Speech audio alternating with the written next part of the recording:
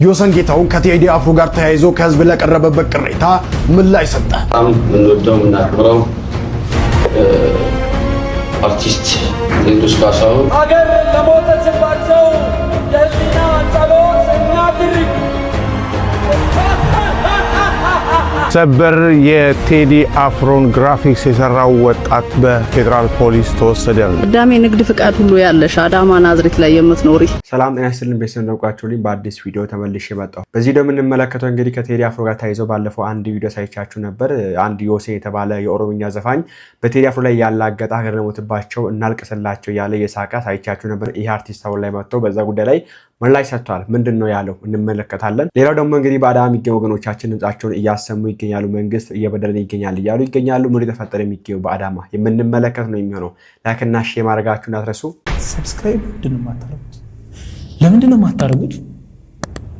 አሁን ማሩ። መጀመሪያ የምንመለከተው እንግዲህ ከቴዲ አፍሮ ጋር ተያይዘው አንድ ዮሳን የተባለ አርቲስት ከዚህ ትዝ ካላችሁ አንድ ምላሽ ሰጥቶ ነበር ወይ ደግሞ ያላገጠበት ነበር በቴዲ አፍሮ ዘፈን ላይና ይሄን ታስታውሳችሁ ያስባለሁ።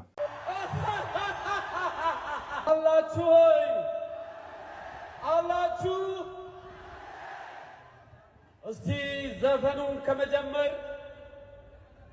ሀገር ለሞተችባቸው የህሊና ጸሎት እናድርግ።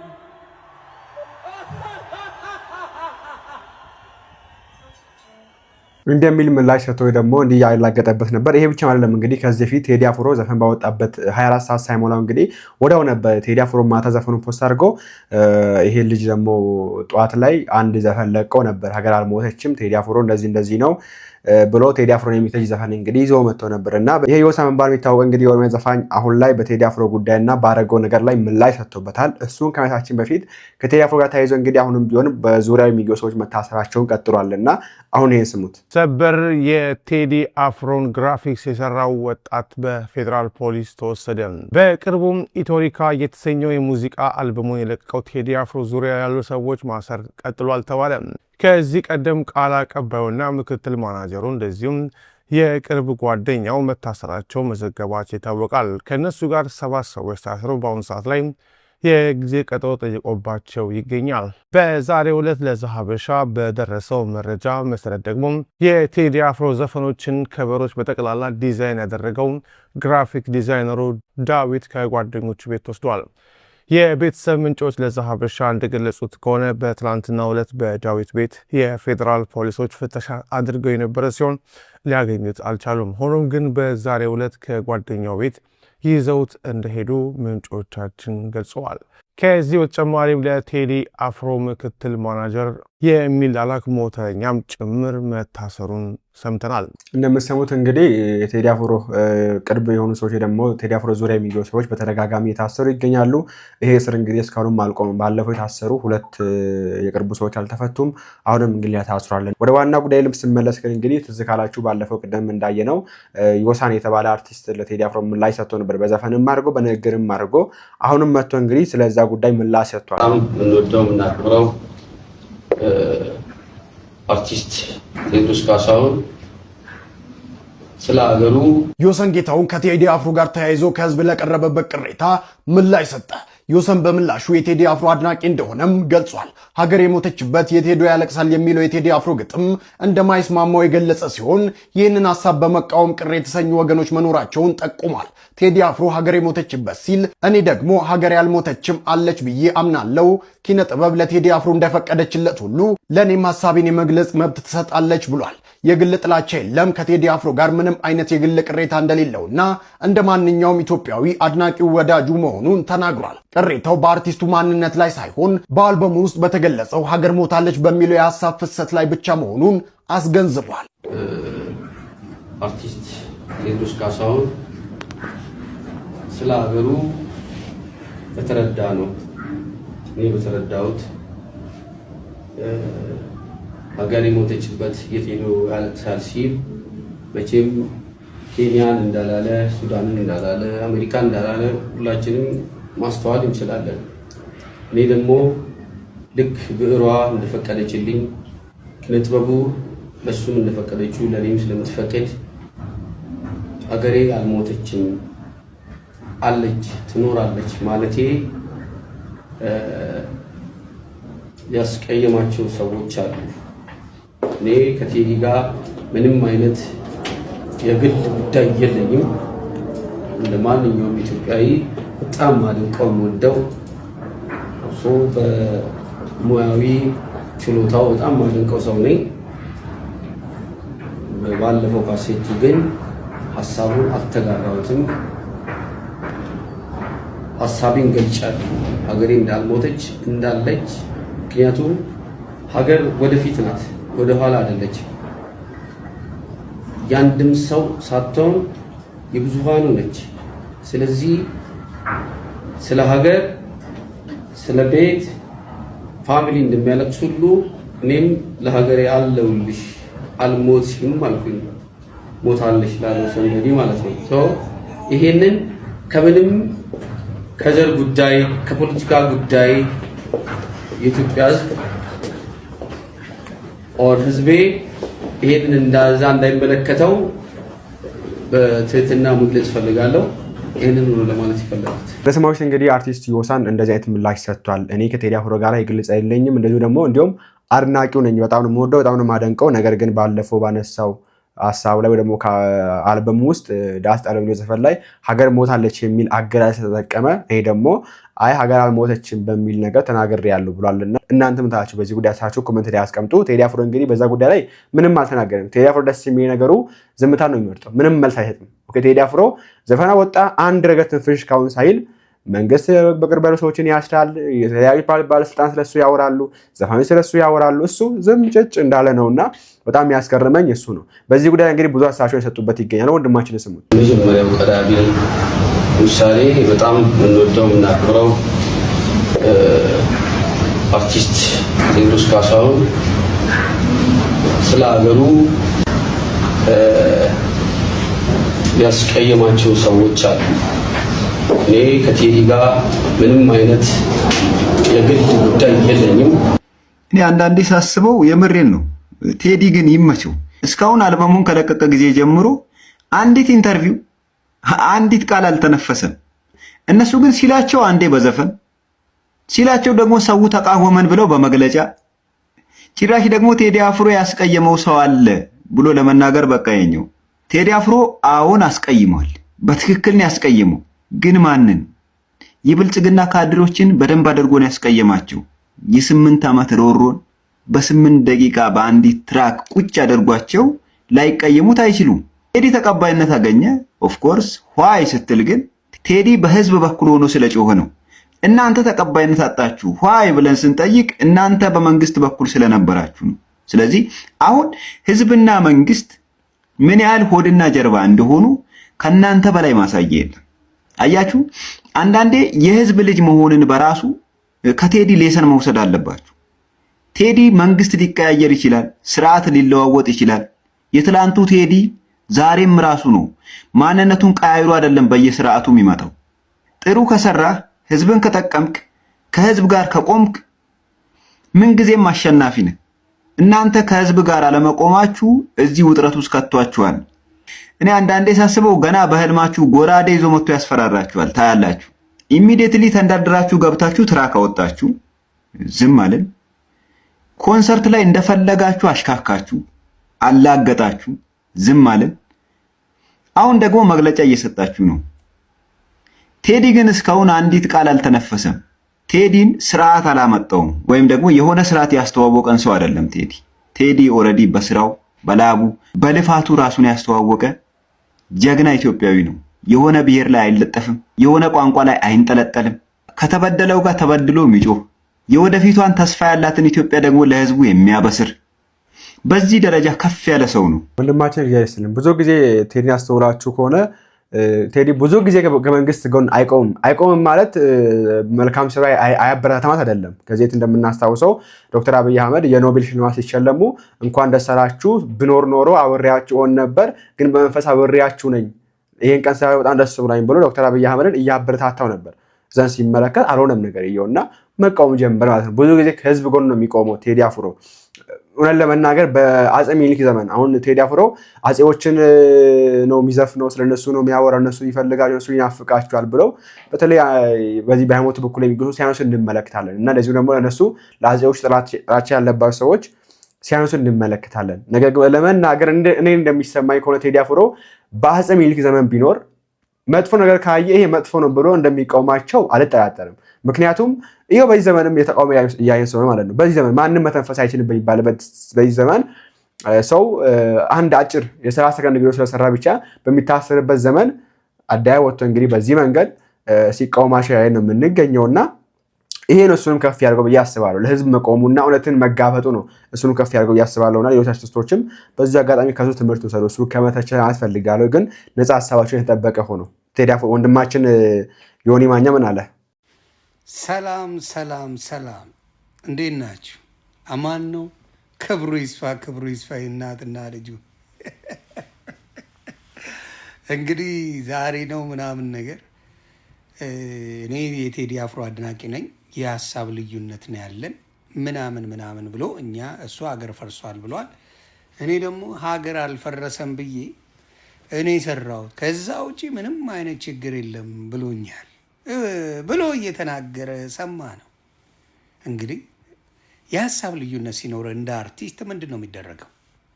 ደውለ ወይም ደግሞ ስልኩን አፈላልጋ አይኖ ቴዲ ጋር ተገናኝታችሁ ማታውቁ ምንም አታውቁ ቴዲ አፍሮ ጋር ተገናኝታችሁ አታውቁም እና ምንድን ነው ማድረግ የነበረብህ? ስልኩን አጠያይቀ ቴዲ ለምንድን ነው ይህን ዘፈን የዘፈንከው? ምንድን ነው ችግሩ? ለምንስ አልክ ብለህ ብትጠይቀው ምናልባት ትክክለኛ መልስ አግኝተህ አብረኸው ትዘፍን ይሆን ነበር፣ አብረኸው ታደርግ ነበር።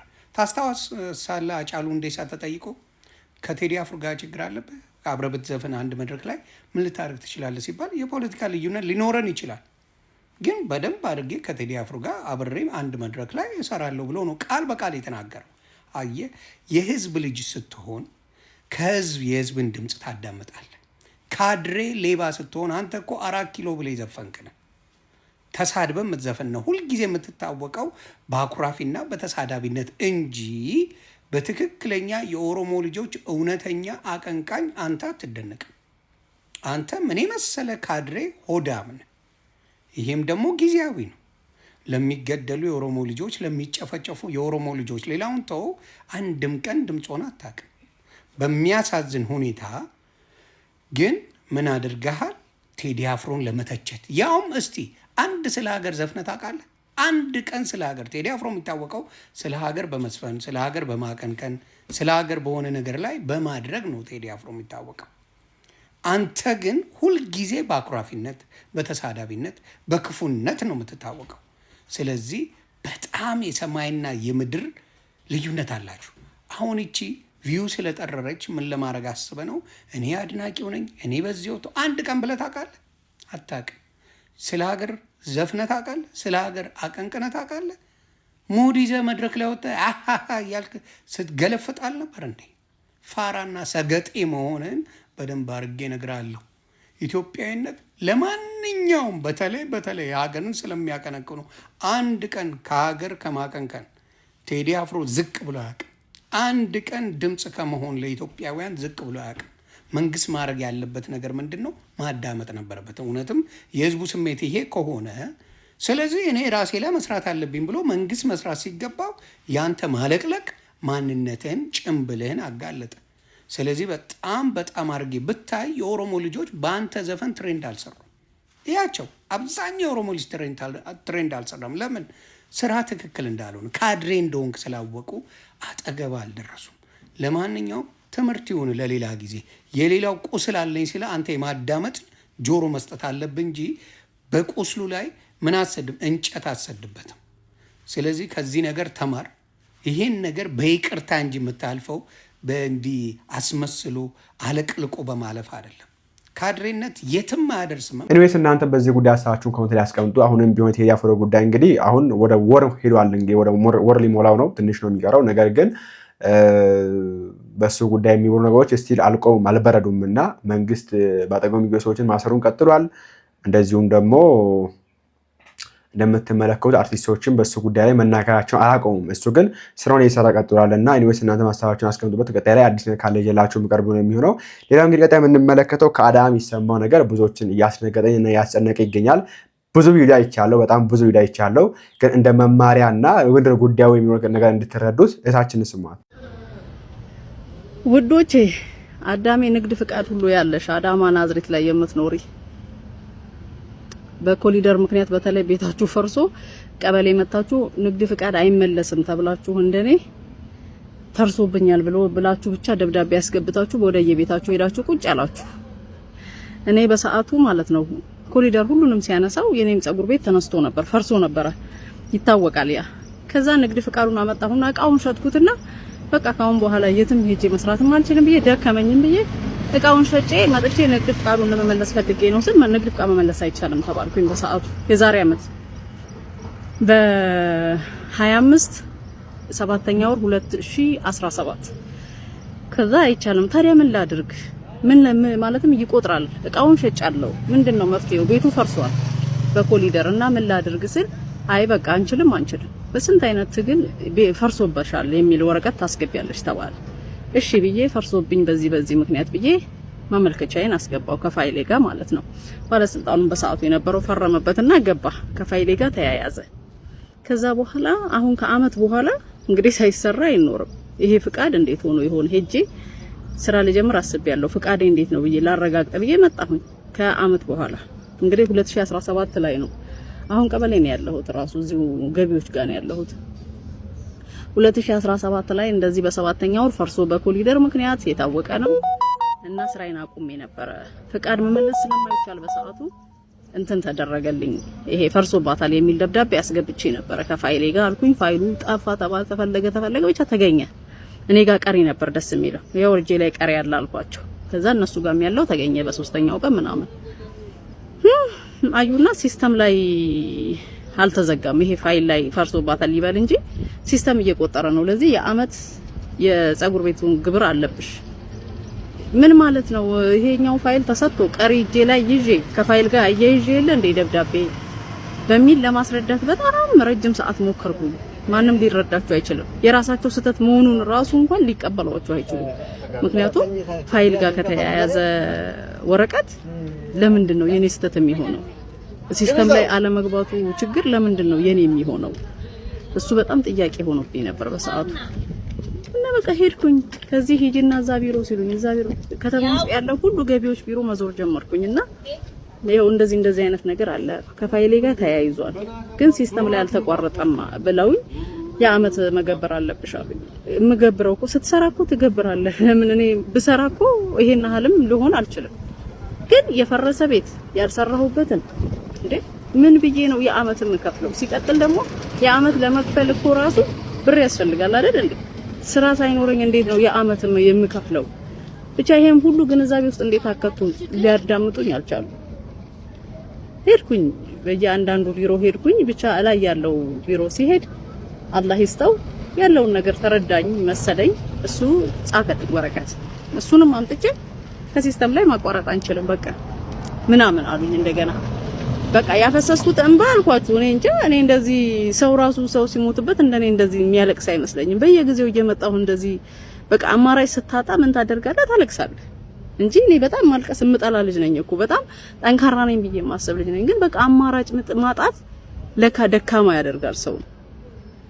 ምንም አይነት መፍትሄ ማጣት ያውና በእያንዳንዳችሁ ምላችሁ ከኔ ትምህርት ሰዱ ምላችሁ ንግድ ፍቃዱ ፈርሶብኛል ብላችሁ ስላስገባችሁ የተቋረጠ መስሏችሁ ፈረሰ የሚል ወረቀት ከፋይል ጋር ስላያያዛችሁ የተቋረጠ መስሏችሁ በየቤታችሁ ቁጭ ያላችሁ ኑና ቼክ አድርጉ።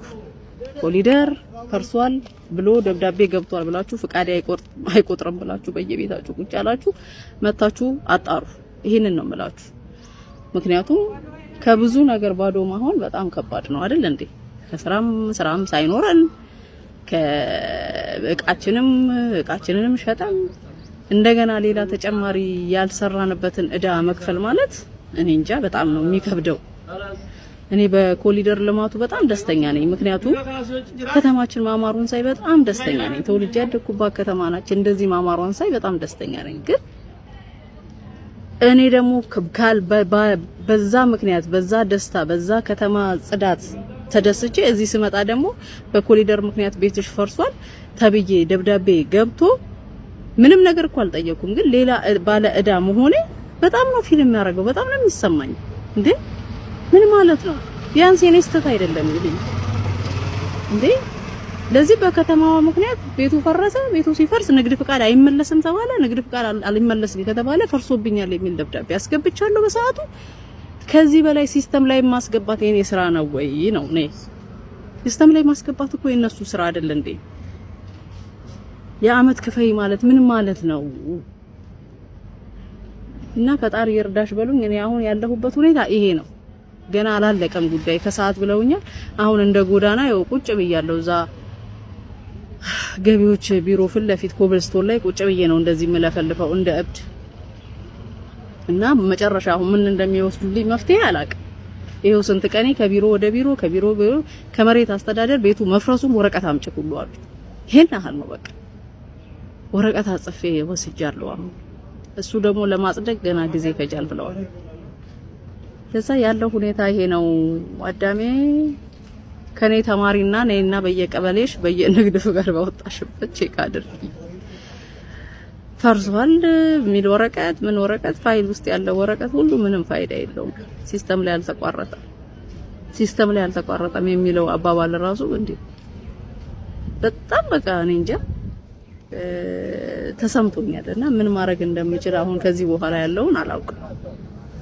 እኔ አሁን ባለ እዳ መሆኔ በዚህ ባልሰራሁበት ነገር በፈረሰ ቤት ላይ በዛ ላይ ከኔ የሚጠበቀውን ወረቀት ሁሉ አስገብቼ ፈርሶብኛል የሚል ባለስልጣኑ ፈርሞበት እንደፈረሰብኝ አረጋግጦ ፋይል ላይ ተያይዞ ሲስተም ላይ አለመግባቱ የኔ ጥፋት ነው ወይ? ሲስተም ላይ አስገቡ ብዬ መጠየቅ ነበረብኝ በሰዓታ።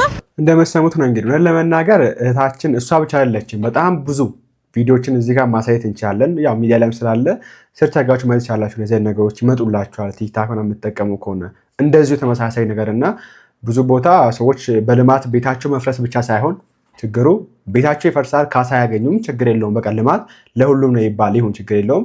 ከዛ በኋላ ደግሞ የሚሰሩበት ነገር በዚህ መንገድ አይዘጋም ዘንድ ከሆነ ጊዜ በኋላ ሲሄዱ አሁን ላይ ብዙዎች ለመናገር ንግድ ፍቃድ የሚያወጡበት ምክንያት ምሮ ከተባለ መዝጋት ስለማይቻል ነው። ንግድ ፍቃድ ታወጣላችሁ፣ ስትወጡ በስቃይ ነው የምታወጡት። ሰምቻለሁ ነገር በስቃይ ነው የምታወጡት። መልሳችሁ ለማዘጋት ስትፈልጉ ደግሞ ስራውን ማቆም ስትፈልጉ ስትከስሩ ማዘጋት አትችሉም። ነገር ግን እናንተ ላይ ይቆጠር ነው የሚሄደው። ይሄ የሚሆንበትን ምክንያት ያው ብዙ ነገር ማንሳት ይቻላል። ለምሳሌ ያክል አሁን ላይ መንግስት በተለይ በዚህ ዓመት የሰራ የሚገኝበት ሲስተም ምንድነው? ለሆነ ድርጅት አንተ ይሄን ያክል ብር አስገብ፣ ገቢዎች በዚህ ዓመት ይሄን ያክል ቢሊዮን ብር ማስገባት አለባቸው፣ ትራንስፖርት እንትን ይሄን የሚያክል ቢሊዮን ብር ማስገባት አለበት፣ እንትን ስፖርት ይሄን የሚያክል ቢሊዮን ብር ማስገባት አለበት። ኬስ ላምጣ የሚለው ራስ ገዛ ተወጣ ነው። ስለዚህ ትራፊኮችም በየመንገዱ ይቀጡሃል። ለምን ነው የሚቀጡት? እነሱ ጥፋት ኖረብህ አልኖረብህ ሊቀጡ ይችላሉ። ለምን ይቀጣሉ? ጥፋት ፈልገው ይቀጡሃል። ለምን ሲባል ይሄን የሚያክል ቢሊዮን ብር አስገቡ ተብሏል። ያንን ብር ማስገባት አለባቸው። ካልሆነስ ኃላፊነታቸውን ሊጠሩ ይችላሉ ኃላፊዎቹ። ስለዚህ ብሩን እንዲጋ ግዴታ ተደብቆ የሚቀጡበት ምክንያት ምንድን ነው ከተባለ ትራፊኮች ራዳር ላይ ለምን ነው የሚደበቁ ከተባለ አንድ ምክንያታቸው መንግስት የጫነባቸው ዕዳ አለ። ይሄን የሚያክል ብር አስገቡ ብሏቸዋል። ያንን ብር ለማስገባት ግዴታ ተደብቆ ጉድጓድ ውስጥ ቆፍሮ ተደብቀው ያንን ብር ማስገባት አለባቸው። ኦኬ መብራት ኃይል ስንትል ለምንድን ነው መብራት በየጊዜው የሚጨምረው? ይሄን የሚያክል ግብር ብር አስገባ ተብሏል። ይሄን የሚያክል ገቢ አስገባ ተብሏል። በቃ ይጨምራል መብራት። ቴሌጋይድ ለምን ነው የሚጨምሩት ገንዘብ በየጊዜው? መንግስት ያው ከአቅም በላይ ዕዳ ስላለባት አሁን ላይ ግልጽ ነው፣ ሁሉም የሚያውቅ ነገር ስለሆነ ከአቅም በላይ ዕዳ ስላለባት ዕዳው የሚከፈለው ይሄን የሚያክል ድርጅት ይሄን ብር ሲያስገባን ስለሚባል ያን ብር በቃ ያ ህዝቡ ላይ ጨምሮ ጫና አድርገው ብሩን ማስገባት አለበት። ካልሆነስ አላይፋ ትነሳለች። እና ያው እንደዛም ስለሆነ ገቢዎችም እንግዲህ በዚህ መንገድ ህዝቡ የሚያሰቃዩት ወይ ደግሞ እነዚህ ቀበሌዎችም በዚህ መንገድ ንግድ ፈቃድ አንከፍትም እያሉ ጭራሽ አንዘጋም እያሉ ማዘጋት። በነገራችን ላይ ማዘጋት አይቻልም ሙሉ በሙሉ ነው። በነገራችን ላይ አብዛኛው ቦታ ላይ ነገር ነው አዲስ አበባንም ጨምሮ ማለት ነውና ይሄን ነገር የሚመለከተው አካልም ነው ይሄን የሚያደርገውና ህዝቡ በዚህ መንገድ ምሬቱን የገለጸ ይገኛል። እናንተ በዚህ ጉዳይ ሀሳባችሁን አስቀምጡ። ቀጣይ አዲስ ነገር ካገኘሁ ይዤላችሁም ቀርብ ነው። በዚህ ጉዳይ ሀሳባችሁን አስቀምጡ። በዚህ ጉዳይም ሆነ በቴዲ አፍሮ ጉዳይ ላይ አዲስ ነገር ካለ ይዤላችሁም ቀርብ ነው የሚሆነው። ላይክ እና ሼር ማድረጋችሁን ሀሳባችሁን መጻፋችሁን ያትረሱ። ቸር ቆዩልኝ።